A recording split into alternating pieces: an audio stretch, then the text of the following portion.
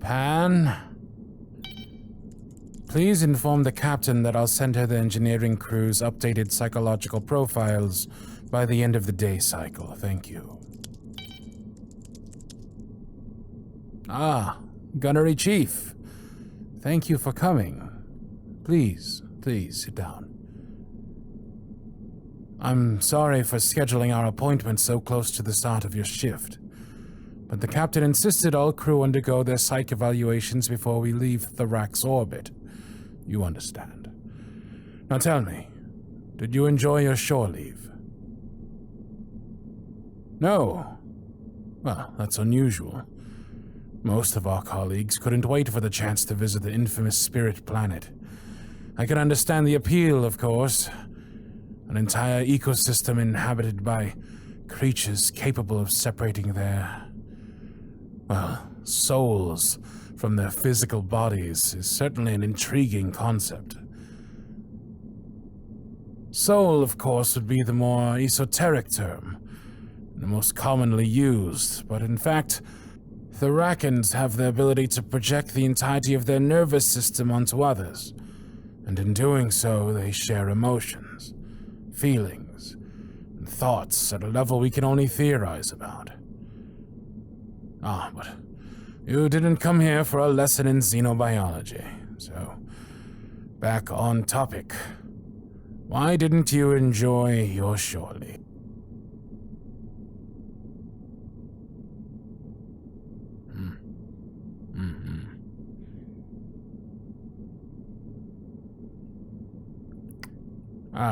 I see.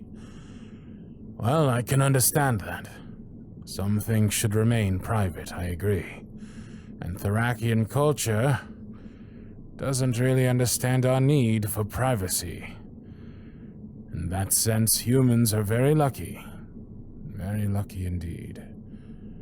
We can hide in the privacy of our own innermost thoughts and keep our secrets to ourselves. Of course, to the Thorakians, that would be akin to, I don't know, streaking in church, I guess. Something incredibly rude and a sign of deeply rooted issues to boot.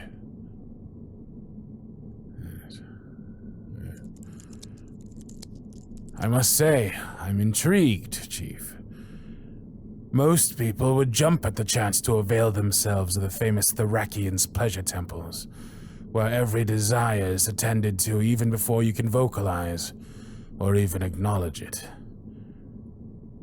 They would revel in meeting someone that not only can't hide anything from them, but simply doesn't see the point in doing so.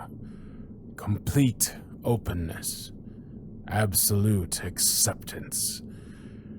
Humans strive for connection, for understanding, for the absence of secrecy in others. We think other people's secrets are inherently harmful, if not to our bodies, to our egos. You, on the other hand, cherish secrecy. Weren't you even a tiny bit curious about Thorakian lovemaking? This would have been your first time on the planet, after all.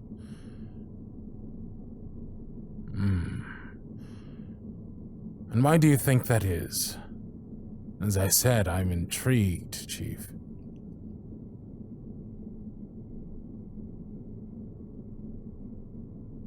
Take your time. Think about it. While you do that, I'll brew us some tea. I know. Coffee would be 10 times better, but we ought to follow protocol, you understand?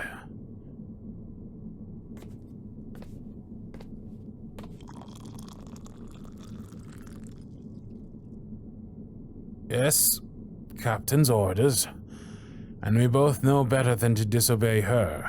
Now, here you go. Careful, it's hot. So, as we were saying... Sorry, what? I didn't quite hear you.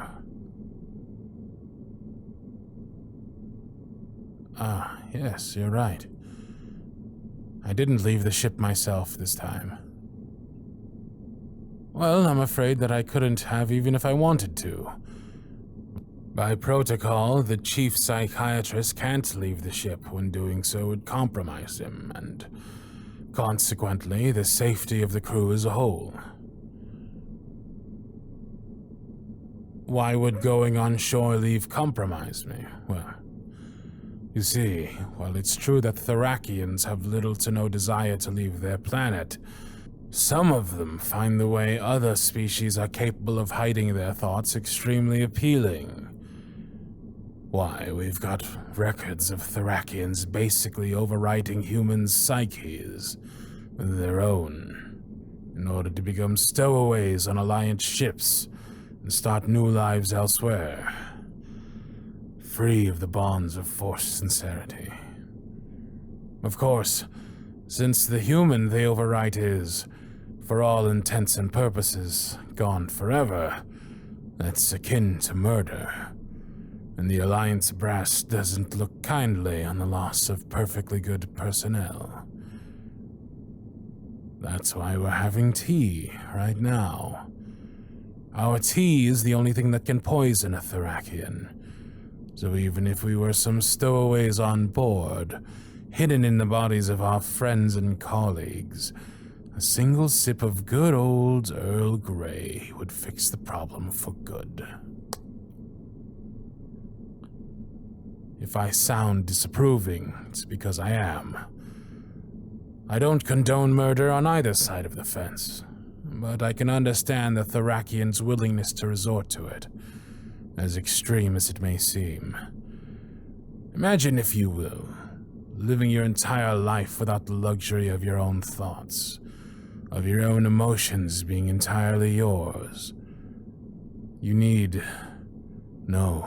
You are forced to share, expected to share yourself, your heart, your mind, your deepest, darkest self with the world at large. No escape, no refuge at all, lest you'd be branded a deviant by your own species, a criminal without a crime, a sinner without sin. Why don't they share? What are they hiding? Why are they hiding? For a species that prides itself on its openness, Thracians can be so spiteful, so judgmental of their own. I don't know about you, but that sounds like the closest thing to hell to me. Who wouldn't want to escape that by any means necessary? Thank you. It's my job to know all there is to know about other species' cultural and medical landscapes. If I didn't, these post-contact therapy sessions wouldn't be of any use at all. Quite the opposite, in fact. If I wasn't able to sniff out a Thracian among my patients, I would lose much more than my medical license. You haven't touched your tea, Chief. I haven't either, it's true. Well, you see, you're my 13th patient today. If I drank tea for every appointment I've had, I'd be puking all over the floor by now. Do I think you're hiding something? Well, of course you are. And that's perfectly fine. Healthy, even. Yes. This is your first tour with us, if I'm not mistaken. Ah, yes, there we are. Before the Halcyon, you were stationed on Mars. Lovely planet, if a bit claustrophobic. Perfect for training, what with its harsh weather and deadly sandstorms. You were stationed there under Commander...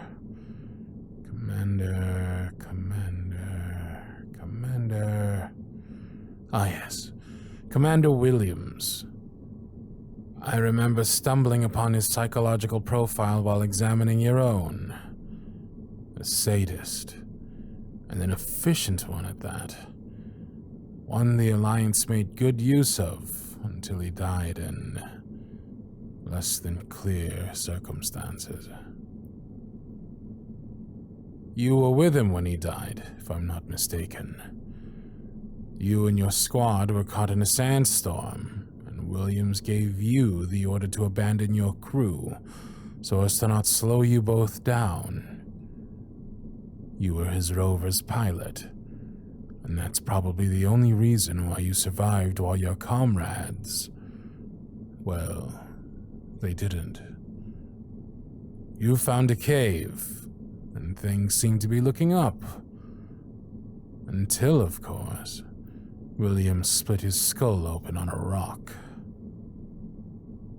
He stumbled, if I remember the official report right. He was too weak, dehydrated, and disoriented. Many accused you of taking advantage of his weakened state to hit him with that rock, but of course, what happens on Mars stays on Mars, and the Alliance was never able to prove anything. They just relocated you, and that was that. If you had been born a Thracian, of course, we wouldn't be having this conversation. Any murderous intent is severely punished on Thrak, even before any crime is committed. Anything for harmony. Anything to keep the conformed safe and the struggling cold. Drink your tea, Chief. Oh. Me first, huh? A little sip wouldn't hurt, you say? Well, all right. That will help you open up a bit more.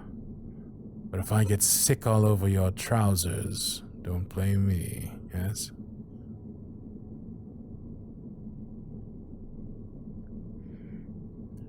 No? No. I don't think so. Even if I drank my tea and nothing happened, I would have only indulged in your paranoia, and that would be extremely counterproductive to your treatment. Because you are paranoid, Chief. You've been from the moment you walked through that door. I can tell. It's my job to be able to tell. Why is that? What are you paranoid about?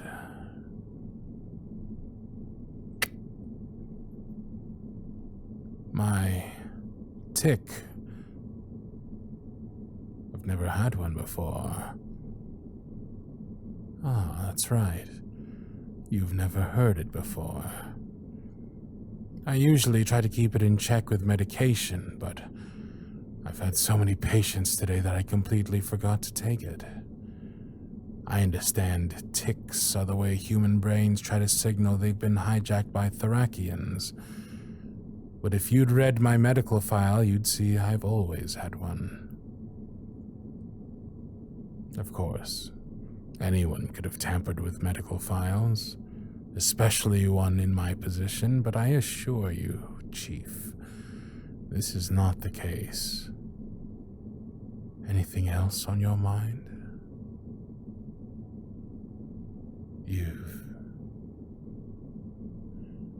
You've checked my private quarters security footage. And why would you do that?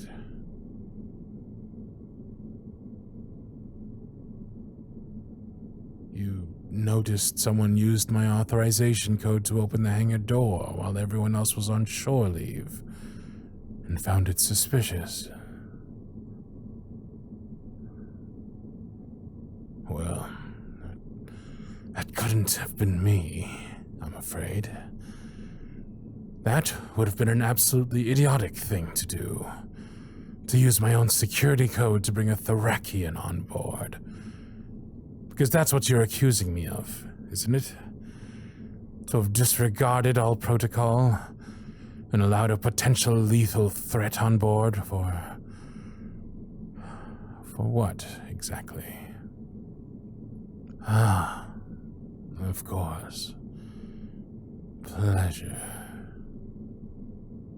So your theory is that I was so pent up after months without any kind of satisfying relief that I would have compromised my position and my personal safety to have fun with a Thracian sex worker? No.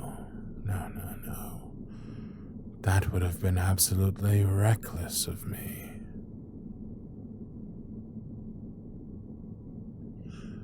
Let's assume, for argument's sake, that you're right. I agreed to let a Thracian on the ship. But for what? Fleeting carnal pleasure? No. That's offensive to my intelligence, Chief. Shows how much you know about me, really. The only reason I would ever even entertain such a notion is because the mind has its limits. Hidden in our cranium, limited by our imperfect biology. I'm a psychiatrist, Chief. The mind is my playground. And yet, to humans, it's only ever just the sandbox where children play their fruitless games, limited by their age and mental capacity. What if you could expand on that? What if the sandbox erupted, leaving an entire playground to play in? No limitations, no rules, no corner unexplored. That's what the Thracian mind sees. What the Thracian mind plays with all the time.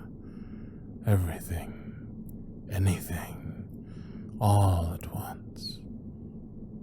Who wouldn't be tempted by such a promise? By such limitless potential?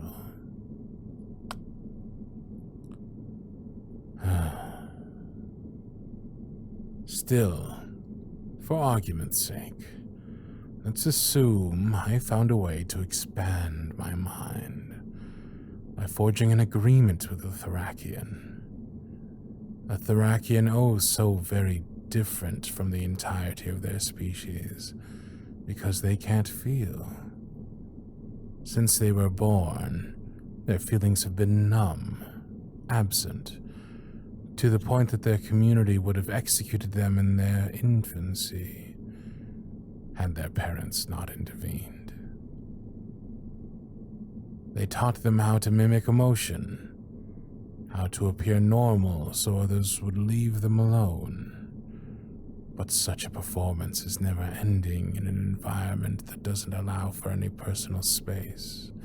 And so the Thracian, exhausted, decided to leave before their peers discovered their fascination with violence, with pain, with sorrow. Let's assume they contacted me, offering a unique opportunity. I would provide my body, and, considering the evident psychopathy of the alien in question, I would retain part of my psyche, filling the gaps with emotion where the Thracian's distorted mind was lacking. We'd be 2 in 1, and I'd be limitless.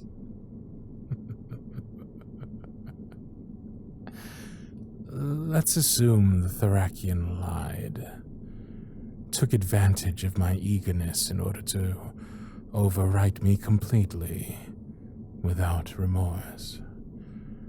A remorse they couldn't feel from the beginning, mind you.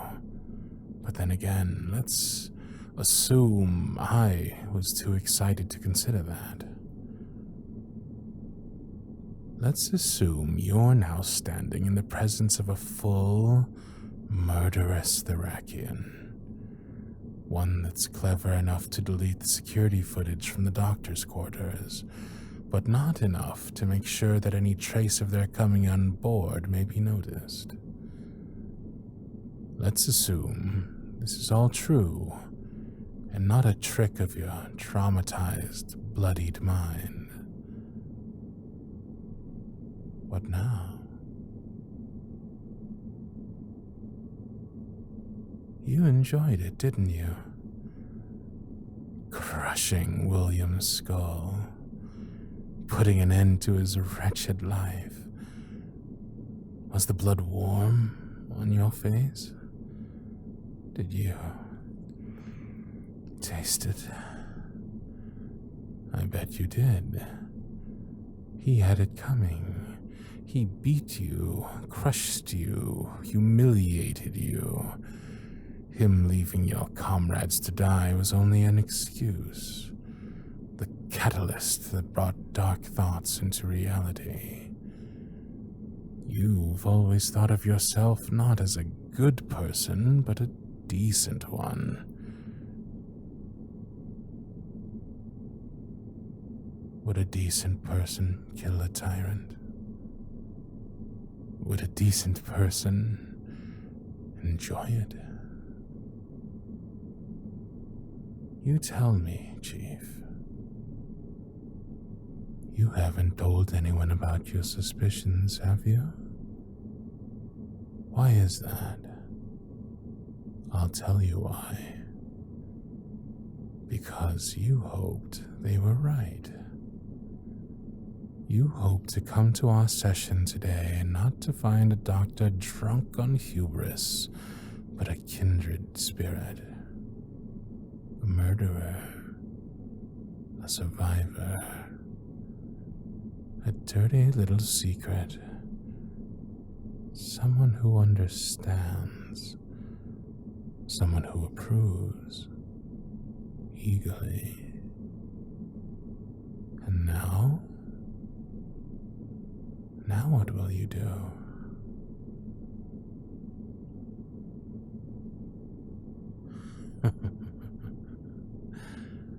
Stay with me, Chief. Play with me. Come to my playground. I have such sights to show you.